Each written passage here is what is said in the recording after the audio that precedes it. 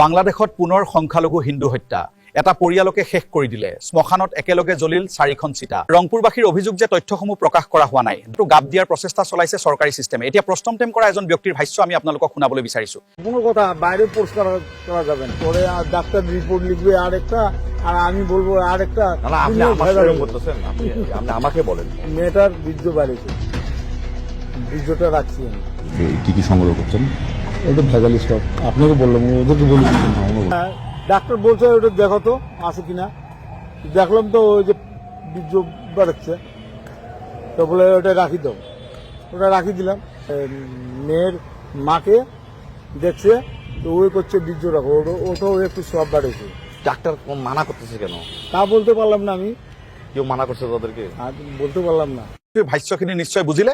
ৰাইজ জানিলে আচৰিত হ'ব পৰিয়ালত থকা শিশুটোক মাৰাৰ পূৰ্বে শিশুটোক মুছলমানি কৰি মুখত এচিড ডালি দিয়া হৈছিল